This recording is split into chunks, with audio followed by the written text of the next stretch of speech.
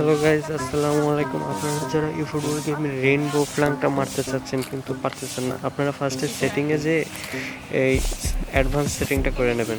সবার ডিফল্টভাবে ইজি দিয়ে অ্যাডভান্স করে নেবেন। তারপর হলো এই অ্যাডভান্স সেটিং ওপেন না করলে, অন না করলে রেইনবোটা দেওয়া যাবে না। এটা হলো আপনার কোনামি এই নিউ ইন্ট্রোডিউস করছে। তারপর আপনারা ম্যাচে ঢুকে তারপর হলো আপনাদের একটু লোড হয়নি।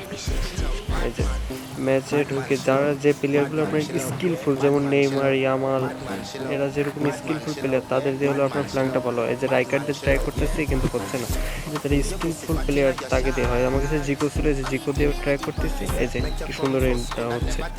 আপনি যেদিকে রেনবোটা মারতে যাবেন ওই দিকে হলো আপনার এই যে কন্ট্রোলারটা দিয়ে তিনবার ড্যাশ বাটনে চাপ দিলে আপনার সুন্দর রেনবোটা হয়ে যাবে। এই যে ড্যাশ বাটনে তিনবার চাপ দিলে আপনার সুন্দর রেনবো হয়ে যাবে।